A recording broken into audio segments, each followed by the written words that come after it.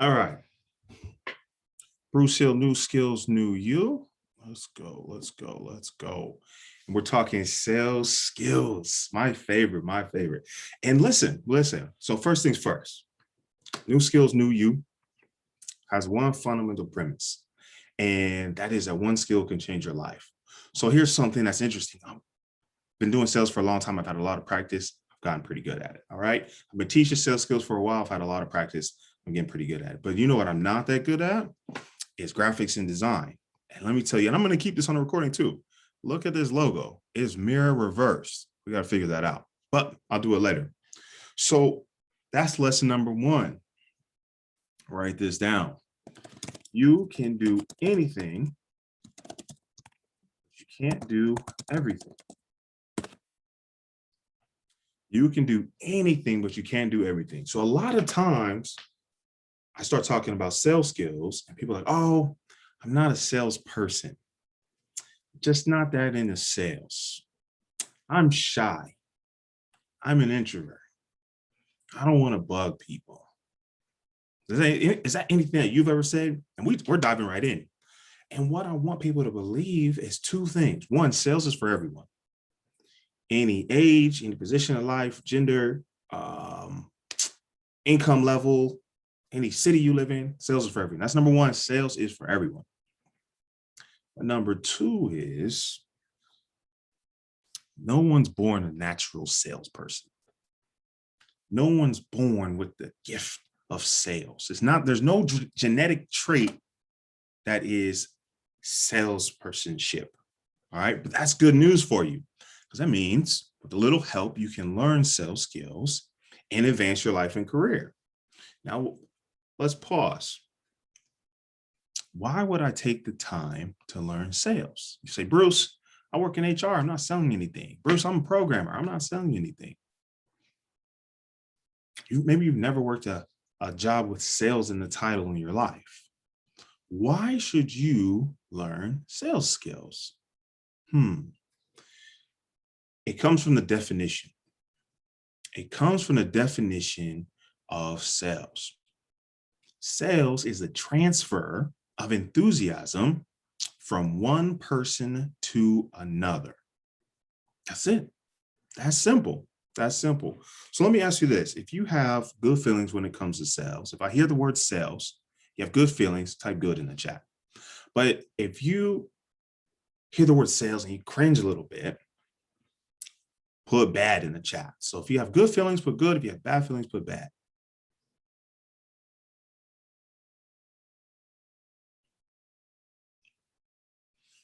A lot of times people have bad experiences with sales because of the people they interact with. Sales in itself isn't inherently a bad thing. I always compare it to having like a really sharp knife. If I give you a knife, say, hey, here's a really sharp knife. Now, a sushi chef, no offense to any vegans, right? A sushi chef can make some delicious magic with that knife, right? Some sashimi, maybe some volcano rolls, cucumber rolls, California rolls, boom. We're having a delicious dinner because he knows how to use a knife. Now, I don't have any children myself, but you probably wouldn't want to give a knife to a 2-year-old. I'm just saying, I don't know. Probably not a good idea. Somebody might get hurt. Somebody might go to jail. So was that the knife's fault? No. It's just having the knowledge and skill to use it. Now, some people use sales for good and some people use sales for bad. It's not sales' fault. And we get a lot of people that are more focused on what they can get from you than what they can give to you. So for us, we practice integrity. We put our clients first as entrepreneurs, particularly, but even in our workplace. Here's the next thing I want you to write down. Sales is service. Sales is service. When we go back to our definition, sales being the transfer of enthusiasm from one person to another, now we aren't trying to convince them to give us their money.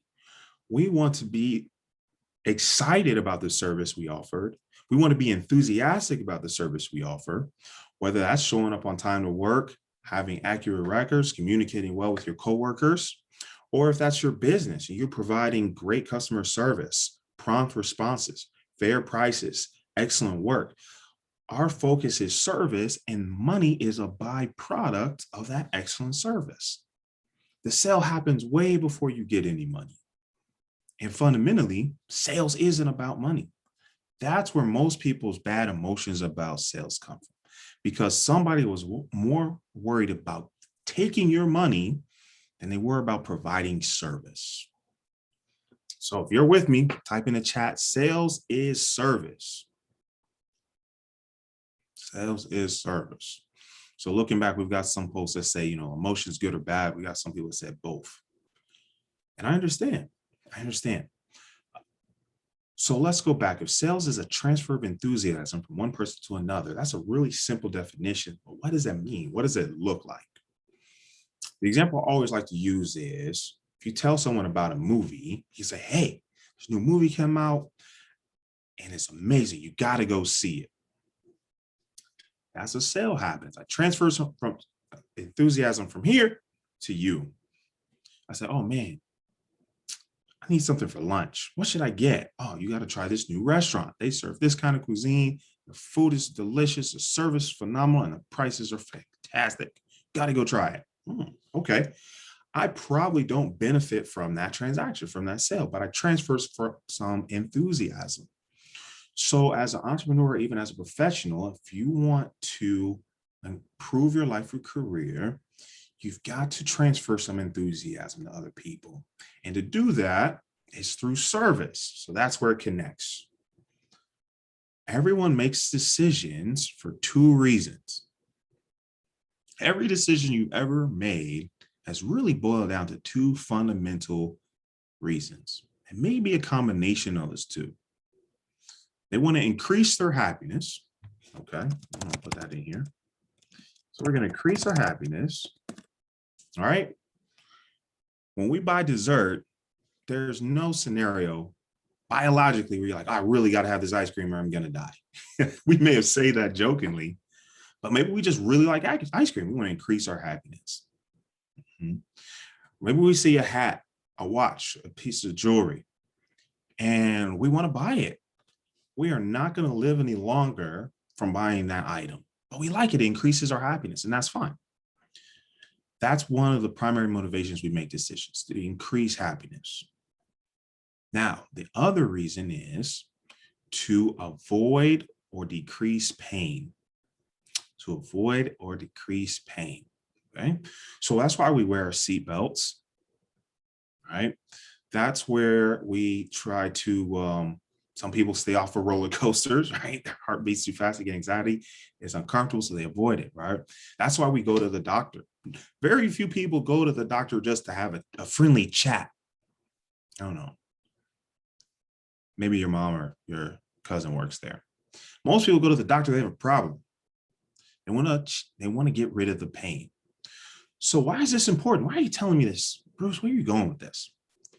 Well, as a professional, as an entrepreneur, if you know that people want to increase their happiness and you know that want to reduce their pain, your service should do one of two things, right? It should increase their happiness or should reduce their pain. Or you may have heard this lingo, it should solve a problem.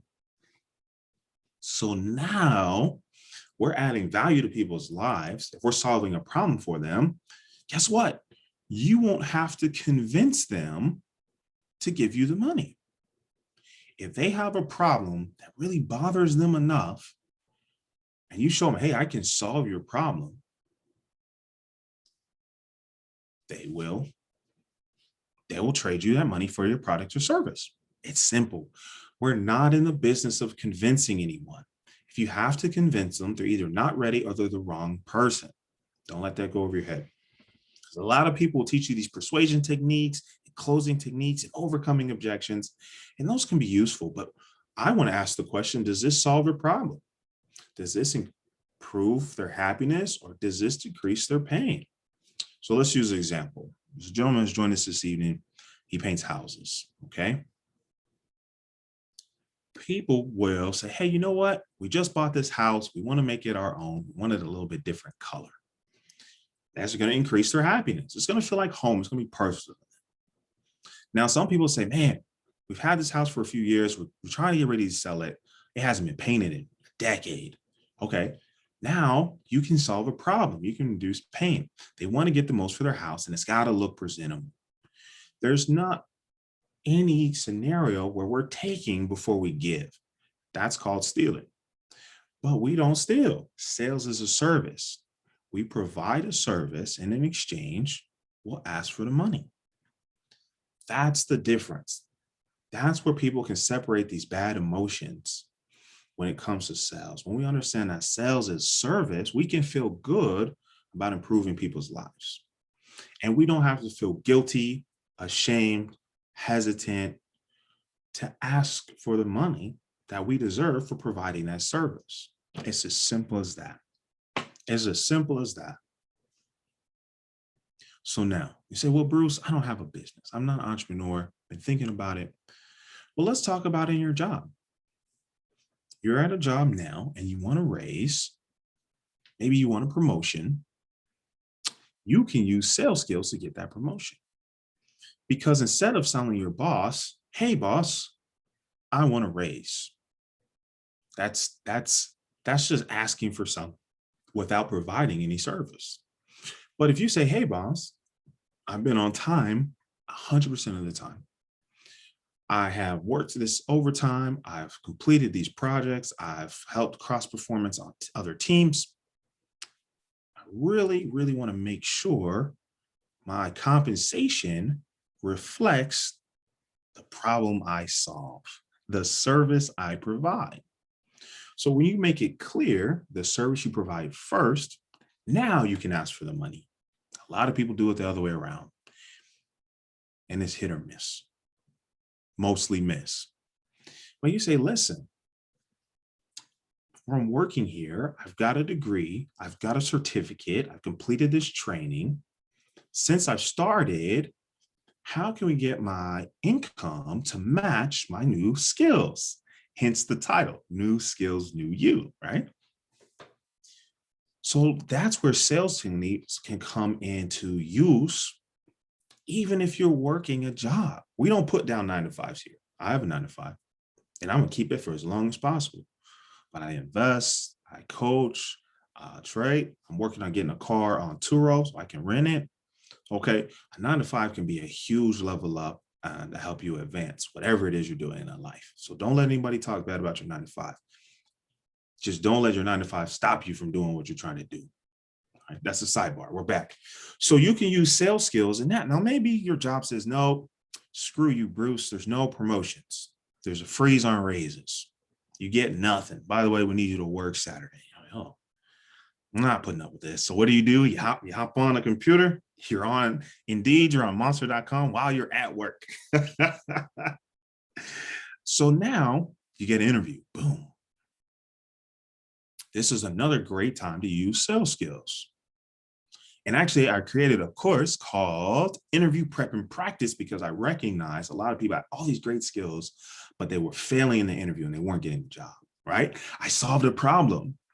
So now when I solve a problem, I can ask for the money. So if you need that course, just let me know. If you need some help preparing for a job transition, let me know. So I told my friend, I said, hey, here's what you need to do. You got to have 2 questions. There's 2 questions that you need to ask in every interview. The first question is, what does success look like in this role? That's the first question. What does success look like in this role? And that's a really subtle question because it puts their interests first, but it also helps you to prepare to make sure this is a good fit. So they're going to tell you, hey, they're going to need to make these phone calls. They're going to need to work with these teams. They're going to need to know this software. Now check this out. This is the alley-oop. So you say, okay, I've had experience working with these teams. I make this many phone calls already, so that's not a problem. And I know how to use that software. So this is the second question. is there anything you want to know about me that will help make it easier decision for you to hire me? That's a lot of words. So I'm gonna run it back. What do you need to know about me to make the decision to hire me so easy?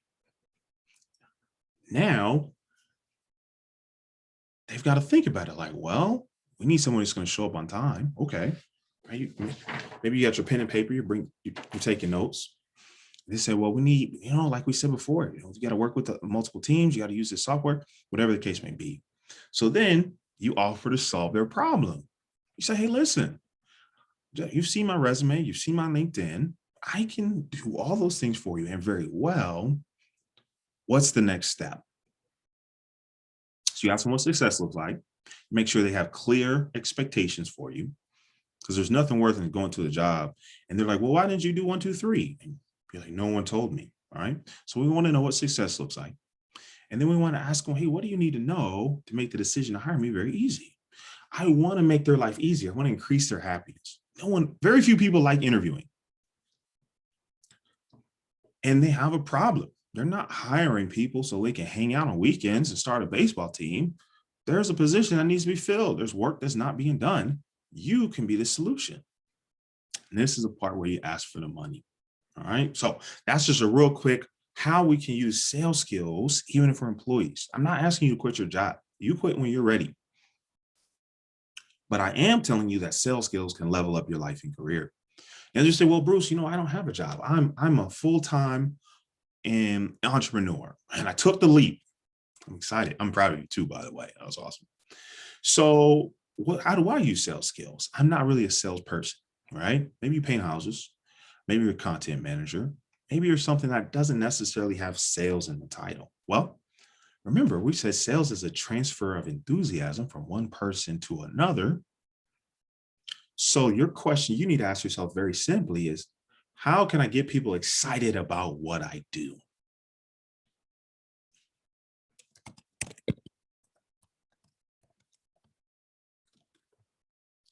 How can I get people excited about what I do?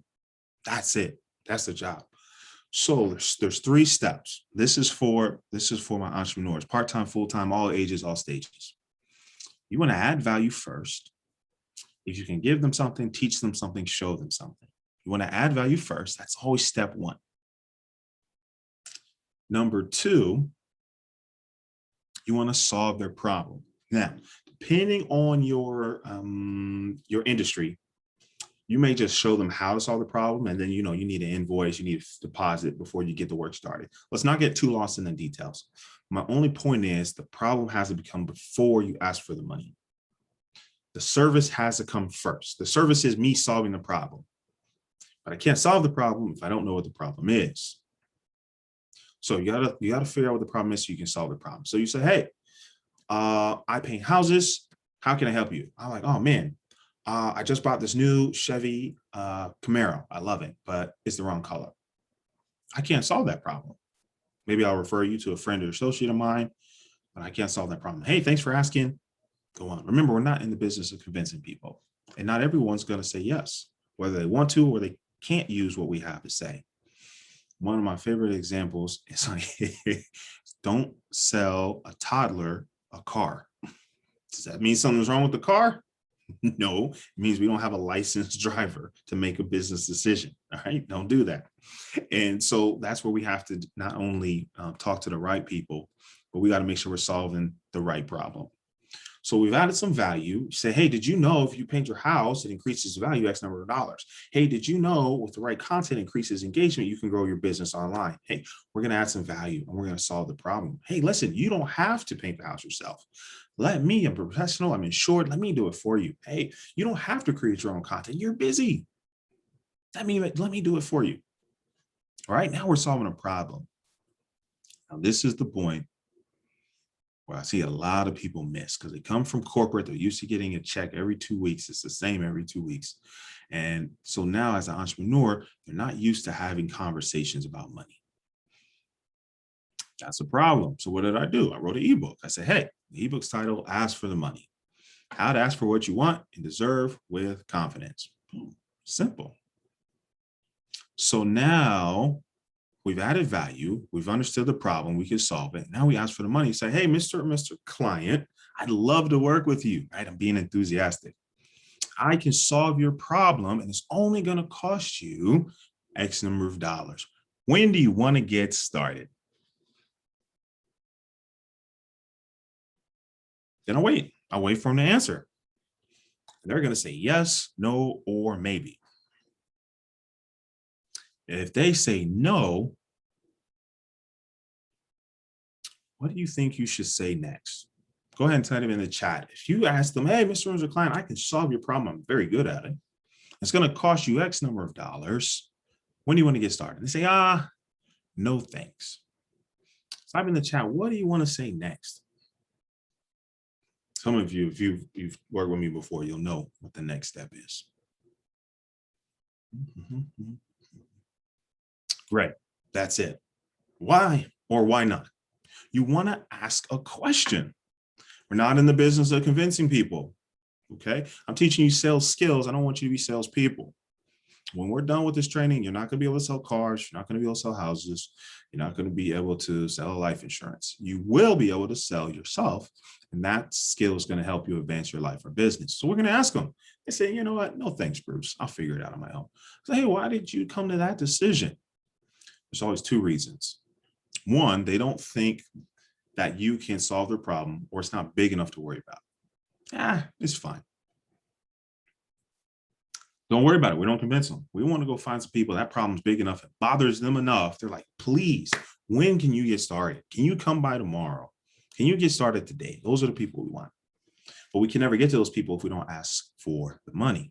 So if they say no, don't be afraid to ask them why. And you'll learn something. Hey, your prices are too much. Hey, I need someone right now. Hey, I've already got somebody. That's fine. Don't take it personally. Don't let it hurt your feelings. Take it as feedback and ask someone else. Just someone has a problem that you can solve. And this is where I think a lot of us don't like sales because they'll say no. And it's like, oh, but you should. Oh, I'll take off 10%. Oh, but you got to do it right now. And they start bullying you and pressuring you. And it's just aggravating. It's stressful. We don't want to be those people. Sales is a service. And so we find people that need our service, that have a problem we can solve. If they say maybe, here's my favorite question. Is it this product or service? Is it the money or something else? Saying, you know what, Bruce, I don't think this is the right solution for my problem. Really? Is it the product, the service, or something else? And they'll say, well, you know, it's the service. I don't think this is the right service. Okay. What have you tried so far? We start asking more questions. And we'll find out either A, we misunderstood their problem, or they have a problem we can't solve. And that's fine. So we'll say, hey, you know what? Thank you so much for being transparent with me about what's going on. Who do you know that does have this problem? I like to get in touch with them. I like to help them out. I wish I could help you with your problem. Sorry, I can't. But who do you know who are two people that do have this problem? All right. No is not. Oh, one of my favorite definitions of no is next opportunity. Let's see if I can spell opportunity. I'm going to put it in the chat. No means next opportunity. That's fine. A lot of people are afraid of sales because they're not used to hearing no. They're not used to rejection. And they take it really personally. That's understandable. But it's not about you. It's about the service. It's about the service. It'd be really, really tough for you to sell me a razor. You can have wonderful razors. Bruce, they're electric, they're solar powered, you never need batteries. They've got multiple adapters. Man, these are the best razors ever. If you're listening to the audio, you might not get it. But if you're looking at the video, you'll see I've been growing my locks for almost 7 years now. Don't you bring a razor into my head. Does that mean something's wrong with your razors? No. Does that mean something's wrong with you? No. Don't take it personally. You just don't have the right solution for my problem. Now, if you try to sell me some shampoo, we could talk. I can go through more shampoo. I haven't had a razor. I haven't bought a razor in years. So let's wrap this up. How do we use this? How do we take this home? Whether you're an entrepreneur, full-time, part-time, or other times, whether you're a professional in the workspace, you need sales skills. So if you don't already, put it in the chat. You can go follow New Skills, New You. Just shoot me a message. Say, Bruce, I need some help with my sales skills, and we'll find a solution for you. Whether that's some one-on-one coaching or if it's one of my digital resources. Okay. So now here's my favorite part. If you're looking at the recording, you don't get access to the Q&A. You got to join us live every Tuesday, 8 p.m. Eastern. And we'll cover different topics each week, from sales skills to confidence. Yes, confidence is a skill, to discipline and more, business development, and on and on and on. So join us every Tuesday at 8 p.m. Eastern Standard Time. I'm Bruce Hill, New Skills, New You. Thanks for joining.